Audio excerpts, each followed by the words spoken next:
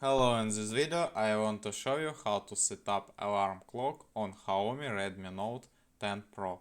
First you need to open this panel and here find the time and click on the time number.